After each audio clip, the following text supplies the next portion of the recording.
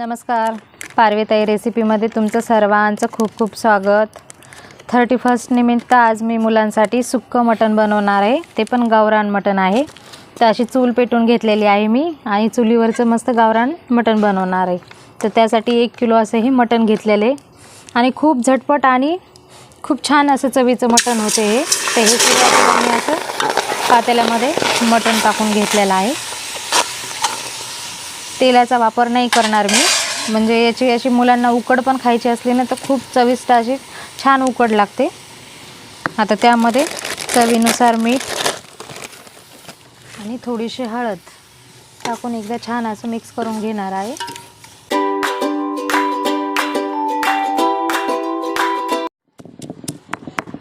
तर अद्रक लसूण अशी खलबत्त्यात मी छान ठेसून घेतलेली आहे। आता ही अद्रक लसूण पण यामध्ये अशी टाकून घेणार आहे। थोडीशी बारीक चिरलेली कोथिंबीर। आता याला छान असं मिक्स करून घ्यायचं। थोडासा अंधार पडलेला आहे, सायंकाळची वेळ आहे, त्याच्याबद्दल सॉरी। तुम्हाला व्हिडिओ बरोबर दिसतंय का नाही काय माहिती। तर आता हे आपल्याला फ्राय मटण करायचं आहे, त्यामुळे मी असं टोपल्यामध्ये पाणी ठेवून असं शिजून घेणार आहे। कारण ह्याच पाण्यामध्ये शिजवायचं आहे की जे पातेल्यातलं पाणी पडणार आहे वाफेचं, त्यामध्येच आपल्याला हे मटण शिजून घ्यायचं आहे। 5 मिनिट झालेले आहेत, बघू शकता मटणाला किती छान असं पाणी सुटलेलं आहे। आता एकदा परत छान असं मिक्स करून घेणार आहे मी मटण। आता यामध्ये 1 कांदा घेतलेला आहे मी बारीक चिरून। थोडासा मटणाला उग्रपणा असतो ना, तर त्यामुळे हे कांदा टाकल्यामुळं मटणाचा ते उग्रपणा जातो आणि ग्रेव्हीला आपल्या घट्टपणा पण येतो। आणि 1 टोमॅटो टाकायचा चिरलेला। तर असे 1 टमाट्याचे 4 काप केलेले आहेत मी, हे टाकून घेणार आहे। हे कांदा एकदा चांगला असा मटणामध्ये मिक्स करून घेणार आहे।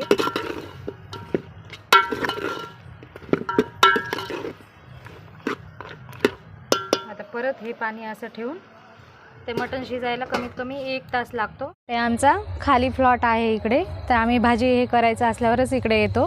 तर हे असा वेल आलेला आहे पारसे दोडक्याचा, थोडासा अंधार असल्यामुळे नाही दिसणार। तर ह्या दोडक्याची पण मी तुम्हाला भाजी आणि भज्जे याची पण रेसिपी दाखवणार आहे। खूप अतिशय छान असे दोडके लागलेले आहेत, तुम्ही बघू शकता। तर असं पाणी ठेवून मी 1 तासभर असं हे मटण शिजून घेतलेलं आहे। तर मटणाला पण किती पाणी सुटलेलं आहे आणि मटण शिजलेलं आहे। ते 1 तास लागलेला आहे मला हे मटण शिजून घ्यायला। तर आता हे मी खाली उतरून घेणार आहे। खूप चविष्ट अशी चुलीवरची उकड तयार झालेली आहे।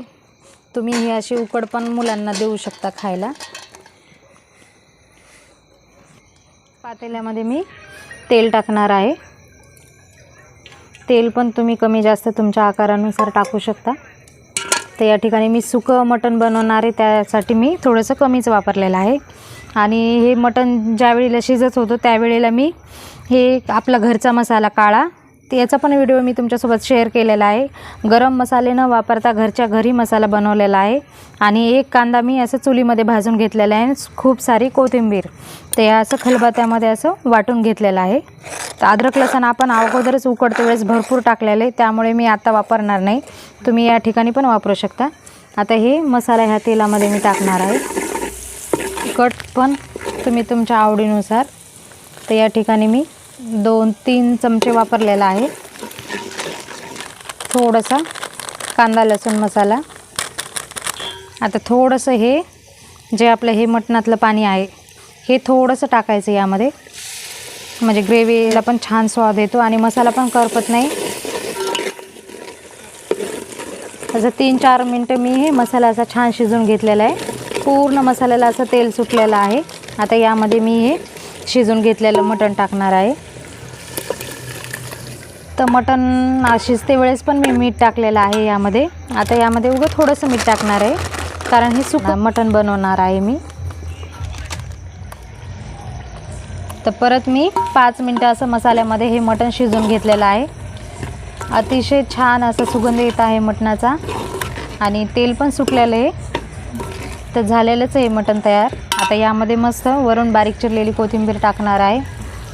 कमी मसाल्यामध्ये असं सुक्कं मटण असं तयार झालेलं आहे, मस्त चुलीवरचं पुन्हा आणि एकदम गावरान पद्धतीनं. तुम्ही नक्की या पद्धतीनं तयार करा. तर अशा पद्धतीने हे मटण तयार झालेलं आहे. अतिशय खूप छान असं सुकं मटण तयार झालेलं आहे. तुम्ही या पद्धतीनं नक्की तयार करा. आता हे मी मस्त डिशमध्ये काढून घेणार आहे. तर मी बघू शकता किती छान असं मटण तयार झालेलं आहे. मस्त सुकं मटण हे तुम्ही भातासोबत, पोळीसोबत, भाकरीसोबत, नानसोबत तुम्हाला जे आवडते त्यासोबत तुम्ही खाऊ शकता. अतिशय छान असं आपलं हे मटण तयार झालेलं आहे. माझा व्हिडिओ आवडला असला तर लाईक करा, शेअर करा. चॅनलवरती नवीन असाल तर चॅनलला नक्की सबस्क्राईब करा.